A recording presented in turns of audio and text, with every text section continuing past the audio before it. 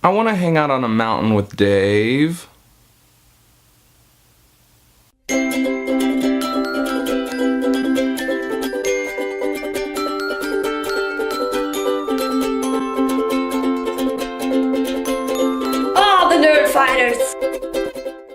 So I saw that yesterday Dave and Connor challenged me and others to make a video from a beautiful place that took work to get to. Except I don't have time for that because I woke up at noon and I only have a few hours to make this video. Also, I don't have a car. But I promise my next video will come at you from somewhere cool. I promise. I said that already. So today we're talking about weird habits, and while I definitely have some of those, I'd like to talk about something else. Something I'm actually really proud of, which is the elimination of some old habits I had that were affecting my life negatively. Similar to what Alex said, all growing up I had this obsession with symmetry. Like he said, if I touched one side of my body, I would absolutely have to do the same thing on the other side to make sure it was right. And even beyond that. Like, if I touched the left side of my face, I would then need to touch the right side of my face to make it even, but it was still uneven because I had gone from left to right, and the right to left was unbalanced. So then I would need to touch the right side of my face, and then the left side of my face, so that I had gone from left to right, and then right to left. Yeah, weird. Sorry Alex if I just gave you a new obsession.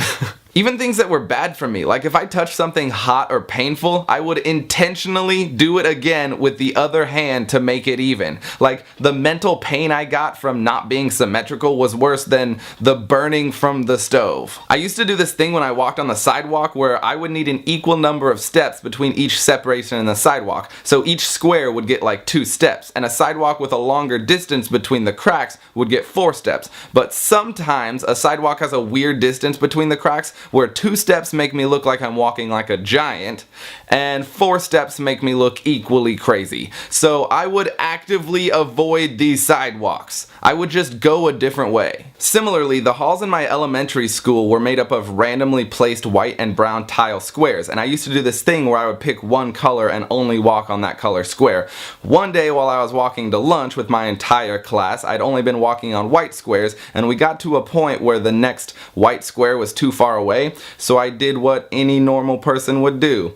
I dove headfirst as far as I could to make sure that I would land on a white square. In the middle of the hall, with hundreds of kids around going to lunch, and everybody laughed at me.